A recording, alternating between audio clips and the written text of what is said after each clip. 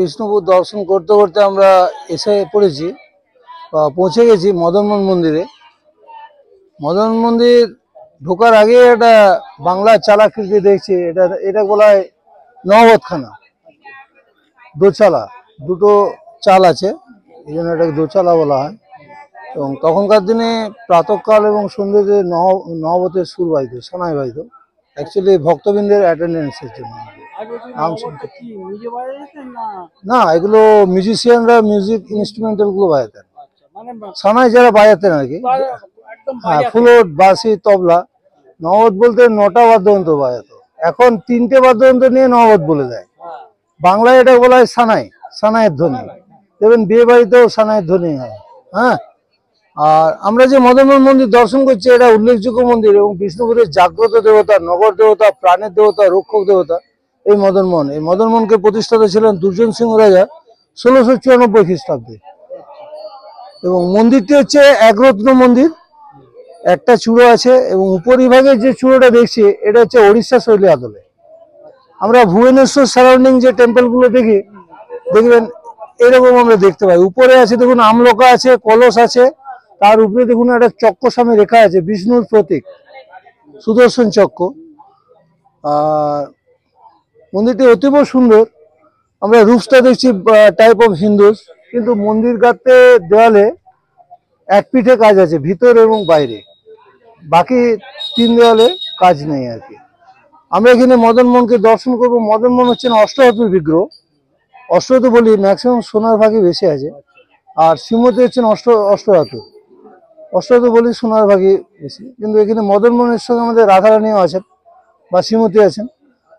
মদনমোহন মন্দিরে আমাদের প্রত্যেকটি উৎসব খুব সুন্দরভাবে পালন করা হয়, যেমন রথযাত্রা, রাস উৎসব, ঝুলন যাত্রা, প্রত্যেকটি উৎসব আর কি।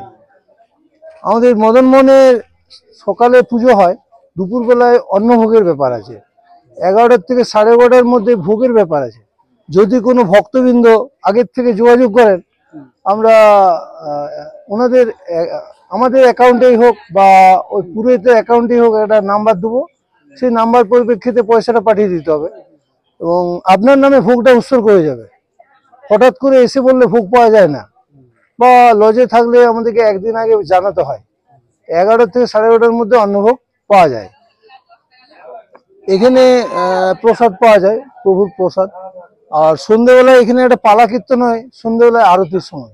খুব সুন্দরভাবে মদনমোহন মন্দিরে প্রভুর কাছে যখন আরতি করেন ব্রাহ্মণ, এবং তখন ওই পালা কীর্তনটা নগরবাসীরা করেন। নাল বাজানো হয়, বেণুর ধ্বনি বা করতালের ধ্বনি।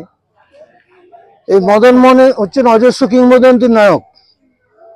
আমি এখানে এনার দুটো ইতিহাস বলবো। একটা হচ্ছে বর্গীরা আমাদের আক্রমণ করেছিলেন 1742 খ্রিস্টাব্দে। বর্গী বলতে মহারাষ্ট্রের একটা লয়ার কাস্ট হচ্ছে বার্গী। সো আপনার কনভার্ট নেম বর্গী। বর্গী মিনস এনিমি, বাংলায় যেটা বলা হয় দস্যু।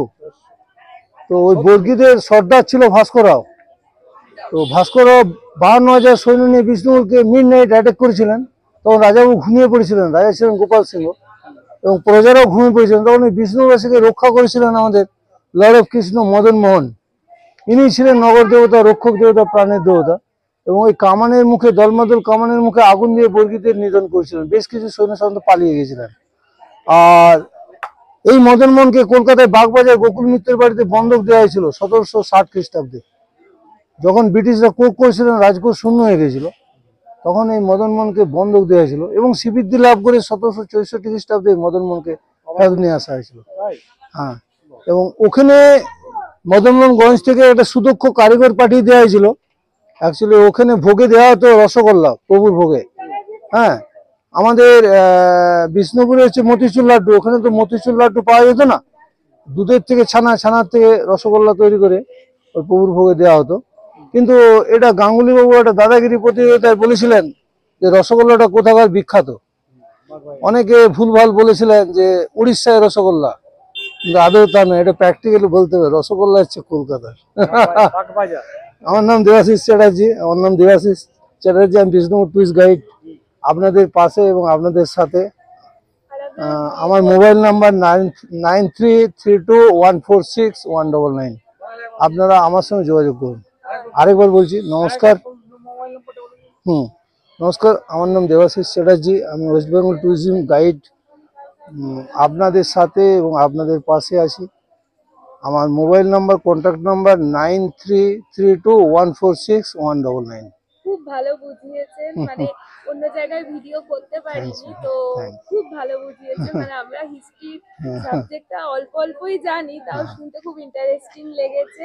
তো অবশ্যই বলবো সবাইকে, যদি বিষ্ণুপুর আসে অবশ্যই এনার সাথে যোগাযোগ করতে।